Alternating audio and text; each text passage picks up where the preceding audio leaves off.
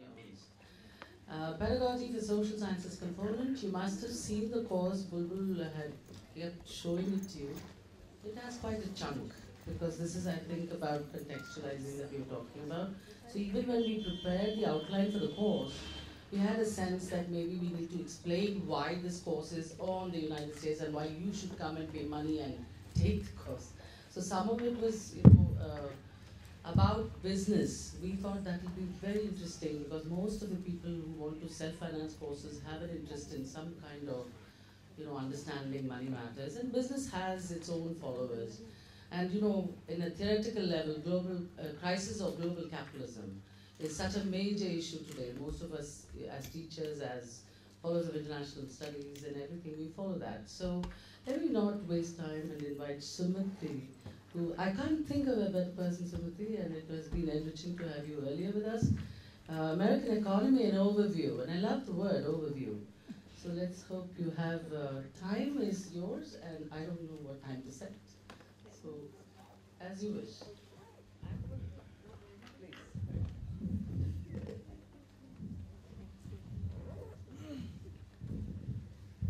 So good morning, and I'm giving you, although I'm saying that I'm giving you an overview of the American economy, given the time that I have and given the fact that I have to cover a module that's linking up economy and business, I've chosen to pick up a couple of things that I want to talk about, actually speaking based on input that I've got from my own students. So, just as I was planning on what I should include over here, I put a question to a class of mine about what do they think of or what strikes them when we talk of the American economy and business.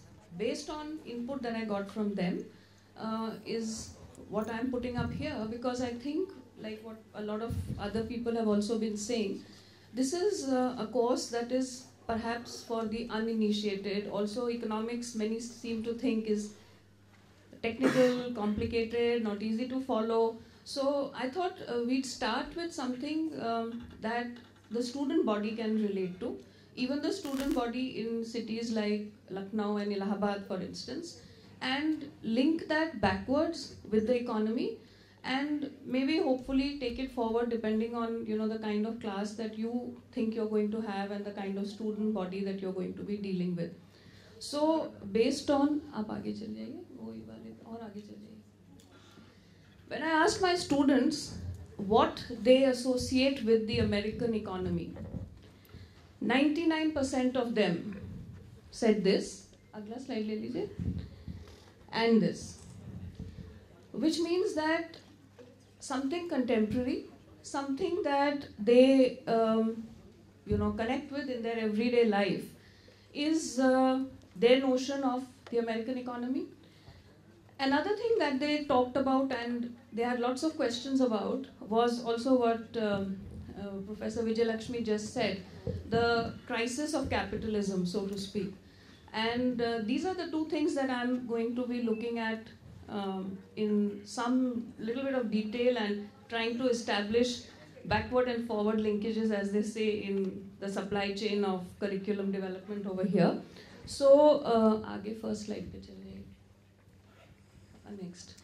So the focus areas for this, as I look at it and as is given in the syllabus, are the evolution of the economy, capitalism, the American corporation, and trade and investment issues, which is actually a whole lot of things.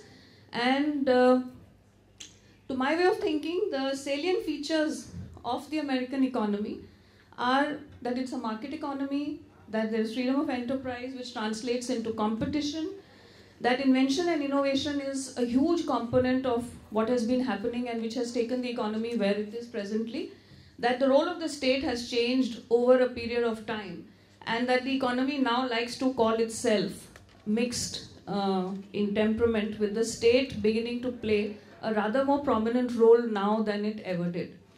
Now, how I like to organize a class for a bunch of students who have never done any economics or whose learning in economics is very preliminary and textbookish, or what we've taught them in the classroom, is to begin with McDonald's.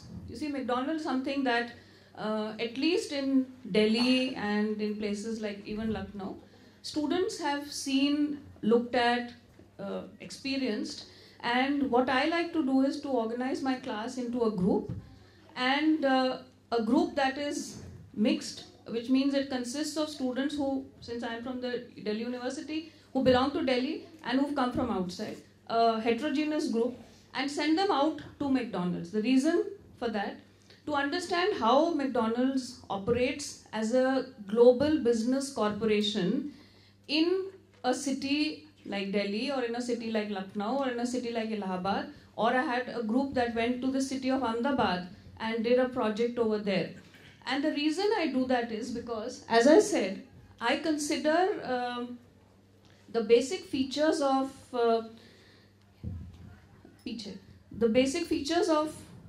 the American economy to be a market economy, which translates into what? Which translates into the fact, as we keep telling our students all the time, that the free forces of demand and supply, fixed price, that price is the single indicator that is going to determine what's going to happen in the economy. And all of that translates into a hugely competitive market. A large number of buyers and sellers who have the freedom of entry and exit.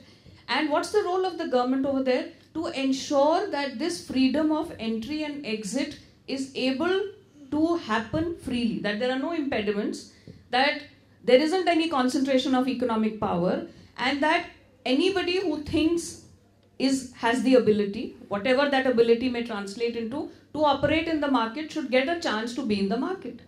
Now McDonald's, and when I take the example of McDonald's, I'm not saying that McDonald's is the largest, the biggest, or the best example of a multinational corporation from the US. But since it is something that my students are able to relate to, I use McDonald's as an example of the American corporate sector, of American capitalism, and of the efficient functioning of America as a market economy. Therefore, how is it that McDonald's as a corporation has been able to penetrate almost every market of the world, including China, including us, including a state like Kerala, where it came in as recently as April of last year, and runs successfully? The reason it's able to do that is that it's a manifestation of the competitive spirit, which means it has been able to find a manner of competition that others have not been able to.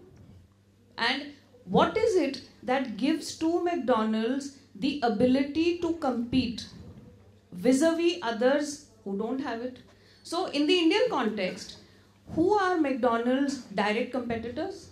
The Haldiram and the local Mithai Wala. So what are they competing against? They're competing against the dosa and the chola bhatura and the tikki. And how have they done that? They have done that by incorporating elements of that into their menu. So if you find a McAloo tikki burger and green chutney going into McDonald's, into the fact that McDonald's is doing home delivery in India, which it doesn't do in any other country of the world. Except for Pakistan. All right. And the fact that in Gujarat, McDonald's has an all-vegetarian menu.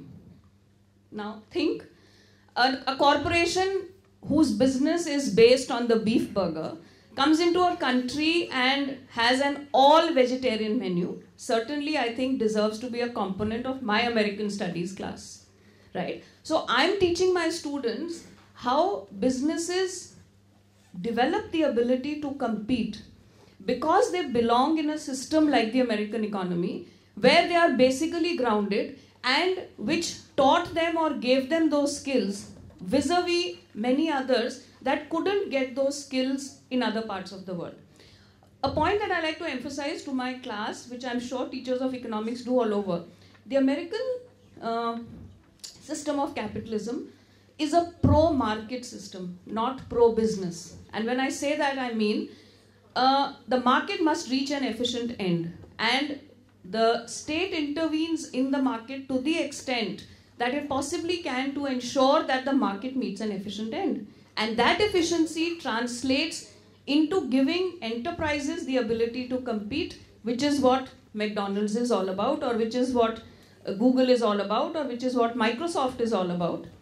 And gives them the ability not only to compete in their domestic economies, but also gives them the ability to compete outside in other countries of the world in local environments which are not their own.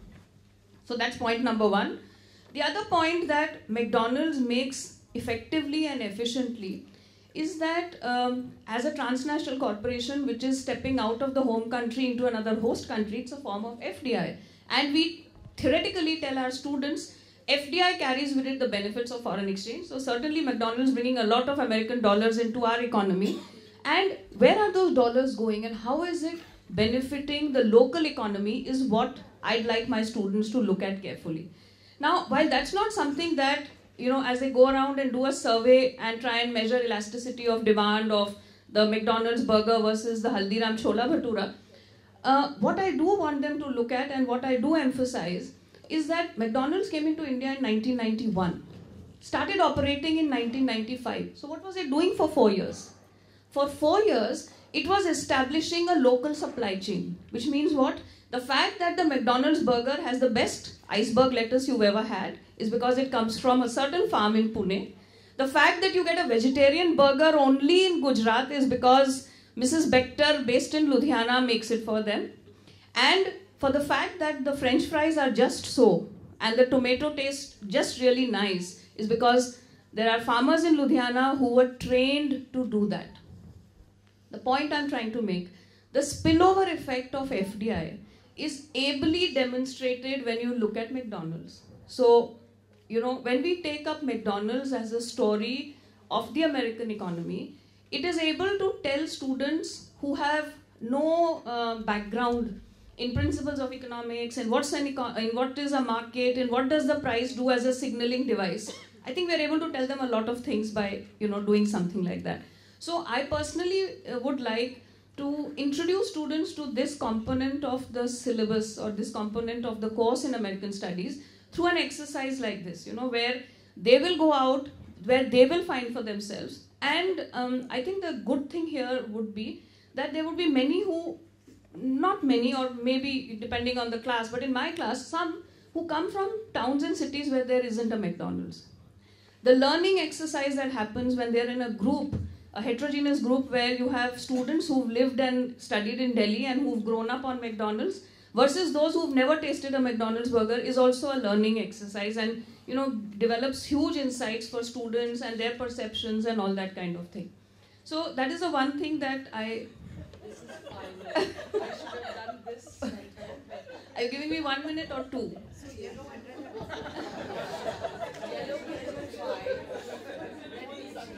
Okay, so the other thing that sorry. The other thing that I want to stress on,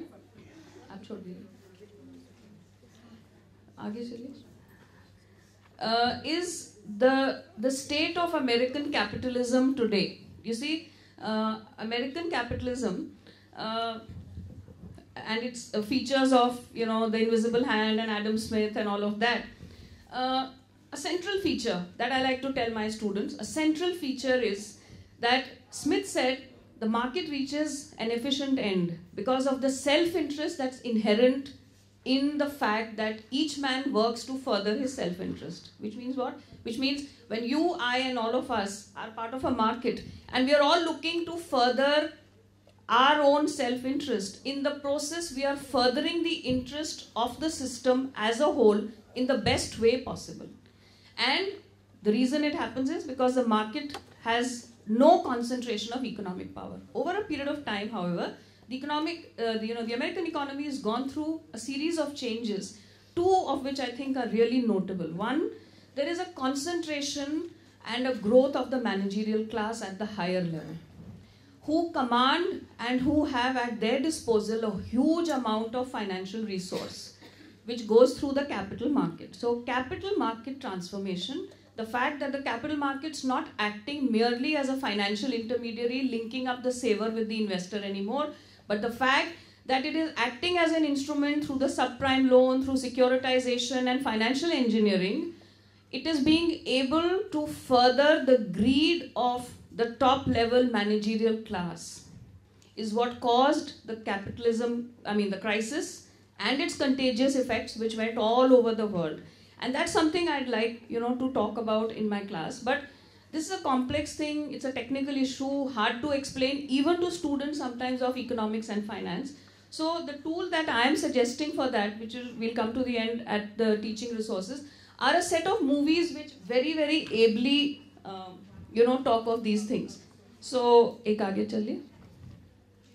Some books and some films which even to the most uninitiated will explain how a market functions, how a market is meant to be efficient, and why the current market and the current system of American capitalism has ceased to be as efficient as it could be. What are the contributions? And trade and investment and globalization, as we loosely call it, but the increasing interlinkages play a huge role in the transmission of crisis and contagion, as it were. And the change in the definition of self-interest, of what we would like to pursue and what we are pursuing, is essentially what has caused a change in the system and a change in the global economy. So 2 things that I wanted to talk about. Thank you very much.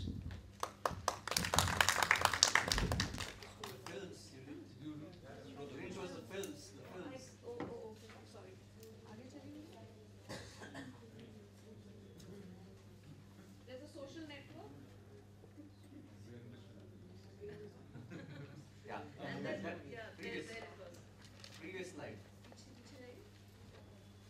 Yes. These are the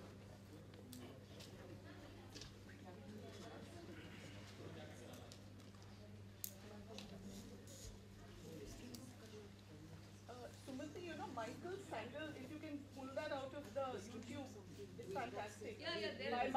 This is just a very indicative. What is it? Why money? Why money can't, Buy what money buys, what's it called? See, I'll there tell you, are I have the source.